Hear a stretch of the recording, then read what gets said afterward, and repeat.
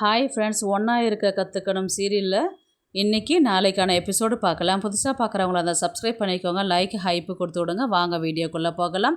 நேற்றுக்கு எபிசோடு எதில் முடிச்சிருப்பாங்கன்றது பார்த்தீங்கன்னா, ஒரு கஸ்டமர் வந்து இட்லி கேட்டிருப்பாரு.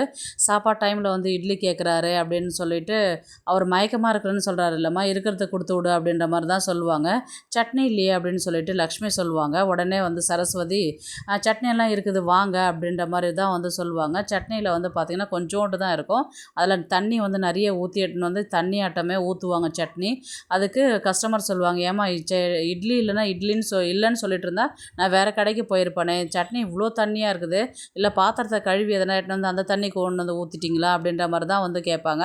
உடனே வந்து கந்தசாமி அங்கேருந்து எழுந்து வந்து சட்னி தண்ணியாக இருக்குதா, நம்ம கடையில் சட்னி தண்ணியாகவே இருக்காது, ஏன் தண்ணியாக இருக்குது அப்படின்னு சொல்லிட்டு அவர் பார்க்கலான்ட்டு வருவார். அங்கே வந்து பார்த்திங்கன்னா என்னம்மா இவ்வளோ மோசமாக இருக்குதுன்னு சொல்லிட்டு சரஸ்வதியும் லக்ஷ்மியும் பார்த்து ஒரு முறைச்சிட்டு நேராக போயிட்டு இவரே சட்னி ரெடி பண்ணி கொண்டு வந்து அந்த கஸ்டமர் கொடுப்பாங்க. உங்கள் கடை சட்னின்னா அடிச்சிக்கவே முடியாது, அவ்வளோ சூப்பராக இருக்குது அப்படின்ற மாதிரி தான் வந்து கஸ்டமர் சாப்பிட்டுட்டு சட்னியை வந்து மிச்சம் வச்சுட்டு போயிருப்பார். நான் தான் சொன்னேன்ல சரஸ்வதி, உனக்கு நம்ம யாருக்கு எவ்வளோ கொடுக்குறோமோ ஃபஸ்ட்டே வந்து நிறைய பேருக்கு சட்னி அதிகமாக வைக்கக்கூடாது. ஏன்னா 2 இட்லிக்கு வந்து சட்னி அதிகமாக வச்சா சாப்பிட்டுட்டு வேஸ்ட் பண்ணிட்டு போயிடுவாங்க. அப்புறம் குப்பையில் தான் கொண்டு போகும். அது இன்னொருத்தவங்களுக்கு அது சரியாக இருக்காது இல்லையா. அதனால் சின்ன கரண்டியை வச்சுருந்து சட்னி கொஞ்சோண்டு ஸ்டார்டிங்கில் வை, அதுக்கப்புறம் அவங்களுக்கு பிடிச்சிருந்தாங்கன்னா திரும்பவும் கேட்டாங்கன்னா அப்போ வெய்யி, வேஸ்ட் பண்ணாத ஃபுட்டு அப்படின்ற மாதிரி தான் வந்து அட்வைஸ் பண்ணுவார் சரஸ்வதிக்கு. ஐயா நீங்கள் சொல்கிறதெல்லாம் சரிதான், நீங்கள் எல்லாத்துலேயுமே கஞ்சம் பார்க்குறவர், இப்போ ஒரே ஒரு ஆளுக்கு மட்டும் சட்னி ரெடி பண்ணி கொடுத்து விட்றீங்களா, அதுக்கு என்ன காரணம் அப்படின்ற மாதிரி தான் வந்து அவங்க கேட்பாங்க. நான் நேற்றுக்கு சொன்ன மாதிரி தான், ஒரு கஸ்டமராக வர்றவங்களுக்கு வந்து சாப்பாடு இல்லாத நேரத்தில் நம்ம சாப்பாடு நம்மளை தேடி வராங்கன்னும் போது அவங்களுக்கு நம்ம முறையாக சாப்பாடு போடணும். இல்லைன்னு சொல்லிட்டா கூட அவங்க வேறு இடத்துல போய் சாப்பிடுவாங்க. ஆனால் இருக்குதுன்னு சொல்லிட்டு நல்ல சாப்பாடு போடாத சுமாரான சாப்பாடு போட்டால் அது நமக்கு தானே பாவம், அந்த மாதிரிலாம் செய்யக்கூடாது அப்படின்ற மாதிரி வந்து அட்வைஸ் வந்து பண்ணுவார். உடனே லக்ஷ்மி தான் வந்து என்ன சொல்லுவாங்கன்னா, எப்போ பார்த்தாலும் அட்வைஸ் மழை தாங்க முடியலடா சாமி அப்படின்ற மாதிரி தான் வந்து அதுக்கப்புறம் வா சரஸ்வதி நம்ம போய் வேலையெல்லாம் செய்யலாம் அப்படின்ற மாதிரி தான் இவங்க கிளம்பி உள்ளார போயிட்டு சாப்பாடு செய்யறதுக்கு உள்ளார போயிடுவாங்க. அதுக்கப்புறம் அங்கே வேலை செய்கிற இவங்க குமரனை வந்து ஒரு கஸ்டமர் வந்து சாப்பிட்றதுக்கு வந்து, ஏன்பா அவர் உங்களை திட்டிக்கிட்டே இருக்கிறாரு, சரியா டேபிளை துடைக்கவே இல்லை பாடுறா, இதை கொஞ்சம் நல்லா துடைடா அப்படின்ற மாதிரி திட்டுவாங்க. உடனே கஸ்டமர் நான் பக்கத்து தெருவில் புதுசாக ஒரு ஹோட்டல் ஆரம்பிக்க போகிறேன், இவர் எப்போ பார்த்தாலும் உன்னை திட்டிகிட்டே இருக்கிறாரு இல்லையா, நீ என் கடைக்கு வந்துடு, நான் உனக்கு நல்ல சம்பளம் போட்டு தரேன் அப்படின்ற மாதிரி தான் வந்து சொன்னதுக்கு, இவங்க விட்டு நான் வரமாட்டேன், இவங்கெல்லாம் யாரும் கிடையாது, யார் நினச்சி பேசுகிறீங்க, இவங்கெல்லாம் என் குடும்பத்தில் ஒரு ஆள், அவர் எங்கள் அப்பா, இவங்க எங்கள் அம்மா, இவங்க என் பொண்டாட்டி அப்படின்ற மாதிரி வந்து சொன்னதுக்கு, சாரிப்பா தெரியாமல் சொல்லிட்டேன், இப்போ எல்லாருமே ஒரே இடத்துல தான் வேலை செய்கிறீங்களா, ஒன்றா இருக்கணுன்றது எங்கள் அப்பாவுடைய ஆசை, அதனால் நாங்கள் எல்லாருமே ஒன்றா தான் இருக்கிறோம் அப்படின்ற மாதிரி தான் வந்து அந்த பெரிய பையன் வந்து சொல்லுவான். அதுக்கப்புறம் வந்து பார்த்திங்கன்னா இவங்க ஃப்ரெண்ட்ஸுங்கெல்லாம் வந்து சாப்பிட்றதுக்கு வந்து உட்காருவாங்க. அதுக்கப்புறம் சாப்பிட்ட இலையை வந்து அவங்களே தான் எடுக்கணும். இப்போ யார் கஸ்டமர் சாப்பிட்றாங்களோ அவங்க இலையை வந்து அவங்களே தான் எடுக்கணும். இது ஆரம்பத்துலேருந்து இவங்களுடைய மெஸ்ஸில் இது ஒரு வழக்கமாக வச்சுருக்குறாங்க. தெரிஞ்சவங்க வந்து சாப்பிட்டுட்டு இருப்பாங்க. இந்த மாதிரி எப்போ பார்த்தாலும் சைவ சாப்பாடே போடுறியா, அதனால தான் உங்கள் கடையில் வந்து கூட்டம் கம்மியாக இருக்குது, அசைவம் போட்டால் எல்லாருமே அடித்து பிடிச்சிக்கின்னு வாங்குவாங்களா, இப்போ க்யூ அதிகமாக இருக்கும் இல்லையா, நீ ஏன் அசைவத்துக்கு மாறக்கூடாது அப்படின்ற மாதிரி தான் வந்து அந்த கஸ்டமர் வந்து கேட்பார்.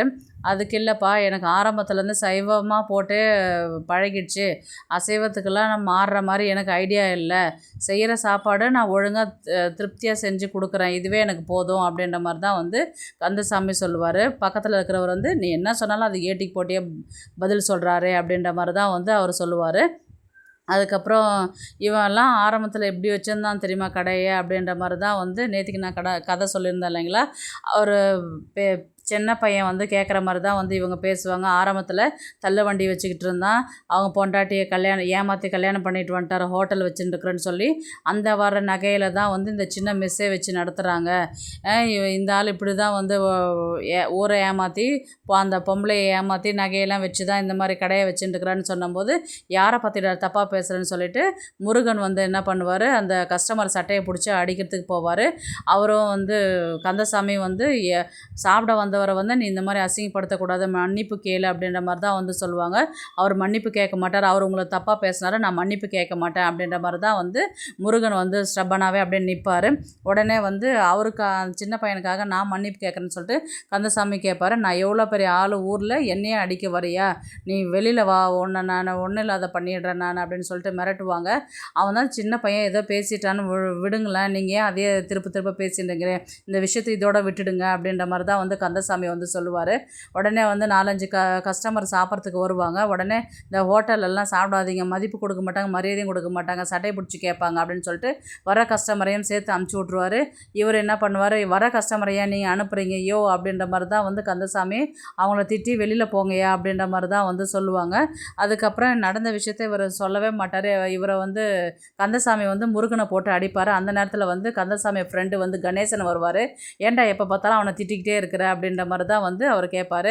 எப்போ பார்த்தாலும் அவனை உசுப்பேத்தி இப்படி வர்ற வம்பு எல்லாம் ஒன்றா சண்டைக்கு இழுத்துட்டு இருக்கிறான். இப்போ பாரு ஹோட்டலில் சாப்பிட வரவங்களே வந்து அவன் சட்டையை பிடிச்சி இழுத்து சண்டை வாங்கி வச்சுருக்கிறான், அவங்ககிட்டே போய் கேளு என்னத்துக்கு சண்டை போட்டான் அப்படின்ற மாதிரி தான் வந்து சொன்னதுக்கு, அவன் சின்ன பையன், அவனாக போய் சண்டை போட்டிருக்க மாட்டான், அந்த ஆளுங்க எதனா வம்புக்கு எதனா பேசியிருப்பாங்க, அதனால தான் இவன் அந்த மாதிரி பண்ணியிருப்பான், இவனை பற்றி எனக்கு தெரியும் அப்படின்ற மாதிரி தான் வந்து சொல்லுவாங்க. உடனே கணேசன் வந்து சரஸ்வதிக்கிட்ட சொல்லுவார், ஏம்மா அவங்க மாமனார் ரொம்ப சூடாகிறாரு பாரு, அவருக்கு ஒரு மோரம் எனக்கு ஒரு மோரம் போட்டு எடுத்துகிட்டு வா அப்படின்ற மாதிரி தான் சொல்லுவாங்க.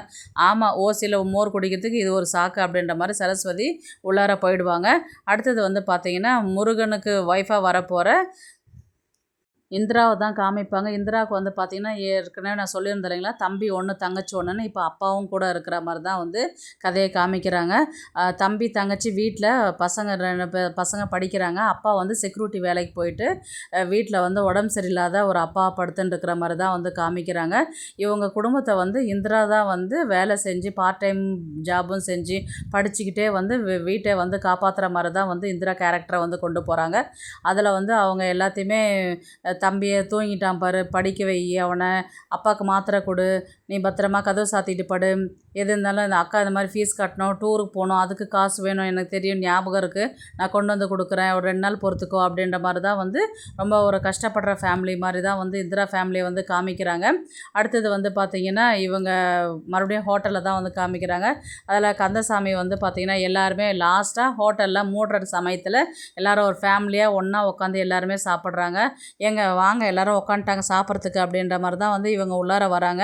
சாப்பிடும்போது வந்து பார்த்திங்கன்னா எல்லாருமே ஷேர் பண்ணி லாஸ்ட்டாக மீந்த இருந்த இட்லி, சாப்பாடு, தோசை எல்லாத்தையுமே ஷேர் பண்ணி எல்லாருமே சாப்பிட்றாங்க. அதுக்கு சரஸ்வதி கேட்குறாங்க, எப்போ பார்த்தாலுமே மெஸ்ஸு சாப்பாடே சாப்பிட்றதுக்கு ரொம்ப போர் அடிக்குதுங்க ஐயா, நீங்களாவது கொஞ்சம் ஏதாவது அசைவ சாப்பாடு மாதிரி ஏதாவது செய்யலாம்ல அப்படின்ற மாதிரி வந்து கேட்டதுக்கு, அட்லீஸ்ட் நம்ம வீட்லையா தனியாக ஒரு கிச்சன் மாதிரி ரெடி பண்ணிவிட்டு நம்மளுக்கு பிடிச்சதை கொஞ்சமாவது ஏதாவது செஞ்சு சாப்பிட்லாம் இல்லையா அப்படின்ற மாதிரி தான் வந்து சரஸ்வதி கேட்பாங்க.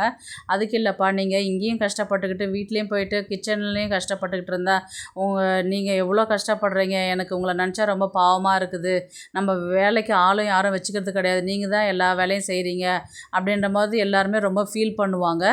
உடனே லக்ஷ்மி வந்து என்ன சொல்லுவாங்க, நம்பாத இந்த ஆள் பேச்சு, இந்த ஆள் இப்படி தான் மழுப்புற மாதிரி பேசுவாங்க அப்படின்ற மாதிரி சொன்னதுக்கு, அத்தை நீங்கள் என்ன தப்பாக நினச்சிட்டீங்க மாமாவை அப்படின்ற மாதிரி தான் வந்து சரஸ்வதி மனசுக்குள்ளே நினச்சிப்பாங்க.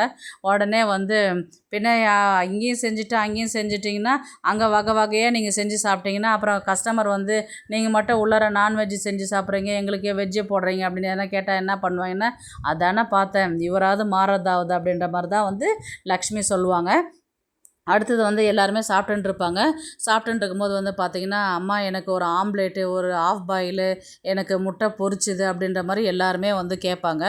இப்போ உங்கள் அப்பா இருக்கும்போது எப்படிடா அதை போட்டு கொடுக்க சொல்கிறீங்கன்னு, அப்பாவுக்கு கண்டுக்காத மாதிரி இருக்குது, அவரோட வீக்னஸ் ஆன அந்த பாட்டை போட்டு விட்டுருங்கம்மா அப்படின்ற மாதிரி தான் வந்து எல்லாருமே வந்து சொல்லுவாங்க. பாட்டை போட்ட வச்சோன்னே இவர் இளையராஜா பாட்டுக்கு ரொம்ப அடிமையாக இருக்கிற மாதிரி காமிப்பாங்க. எப்படி எழுதியிருக்கிறாங்க பாட்டு, எப்படி எழுதியிருக்கிறாங்க மியூசிக் அப்படின்ற மாதிரி அப்படியே அந்த மெய் மறந்து அந்த பாட்டை கவனிக்கும் போது இவங்க வந்து லக்ஷ்மி வந்து உள்ளார போயிட்டு முட்டை ஆம்லேட் போடுவாங்க. இவருக்கு வந்து பாட்டு ஓடும் போதே வந்து ஸ்மெல்லு வித்தியாசமாக வருதுன்னும் போது என்னடா இது வித்தியாசமான ஸ்மெல் அப்படின்னும் போது செகண்ட் பையன் வந்து பார்த்திங்கன்னா அவன் வந்து இந்த பர்ஃப்யூம்லாம் அடித்து விடுவான். ஏதோ வித்தியாசமான ஸ்மெல்லு வருது அப்படின்ற மாதிரி தான் வந்து கேட்பாங்க. அதெல்லாம் ஒன்றும் இல்லைங்க அப்படின்ற மாதிரி தான் வந்து உள்ளே இருந்து லக்ஷ்மி சொல்லுவாங்க. அப்புறமேட்டு எல்லாருக்குமே தேவையான முட்டை ஆம்லேட் எல்லாம் போட்டு சாப்பிடுவாங்க. இவங்க எல்லாரும் சாப்பிட்டுட்டு அடுத்த நாள் காலையில் வந்து எப்பயும் போல் இவங்க ரொட்டீன் ஒர்க்கு செய்கிற மாதிரி தான் காமிப்பாங்க. இந்திரா வந்து இவங்க முருகனை பார்க்குற மாதிரி தான் வந்து கதையை கொண்டு போவாங்க. ஏன்னா இந்திரா வந்து வேலை செய்கிற இடத்துல போகும்போது முருகன் வந்து ஏதாவது ஒரு ப்ராப்ளத்தில் தான் வந்து மாட்டுவாருன்னு தெரியும். இவங்களுக்கும் அவங்களுக்கும் ஏதாவது ஒரு சண்டை மூலமாக தான் வந்து இவங்களுக்குள்ளார ஒரு காதல் மலர்ந்து அதை வந்து கல்யாணத்துக்கு மூலயமா கொண்டு போயிட்டு அதுக்கப்புறம் ஹோட்டல் உள்ளார மருமகளாக வர மாதிரி தான் வந்து கதையை கொண்டு போவாங்க. இப்போ ஃபஸ்ட்டு பையனுக்கு கல்யாணம் ஆகிடுச்சு இல்லைங்களா, அவங்களுக்கு ஒரு பேரன் ஒரு பேத்தி இருக்குது.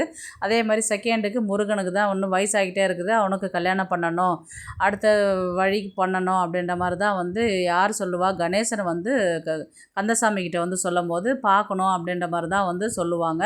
அப்படி பார்க்கும்போது தான் வந்து இவங்க முருகன் வந்து இந்திராவை வந்து சந்திக்கிற ஒரு சூழ்நிலையை வந்து கொண்டு வருவாங்க. இவங்க 2 பேருக்குள்ளே ஃபஸ்ட்டு சண்டையாக தான் வரும். அதுக்கப்புறம் வந்து காதல் மலர்ந்து அதுக்கப்புறம் லவ் பண்ண ஆரம்பித்து அதுக்கப்புறம் இவங்க வீட்டில் போய் பொண்ணை பார்த்து கல்யாணம் பண்ணி கொண்டு வர மாதிரி தான் கதையை கொண்டு போவாங்க. பார்க்கலாம் கதையை வந்து எப்படி எடுத்துகிட்டு போகிறாங்கன்றது. இந்த வீடியோ உங்களுக்கு பிடிச்சிருந்தா ப்ளீஸ் லைக் பண்ணுங்கள், ஷேர் பண்ணுங்கள், சப்ஸ்கிரைப் பண்ணுங்கள். தேங்க்ஸ் ஃபார் வாட்சிங். இந்த வீடியோ உங்களுக்கு பிடிச்சிருந்தா ஒரு லைக் போடுங்க, நம்ம சேனலை சப்ஸ்கிரைப் பண்ணுங்க.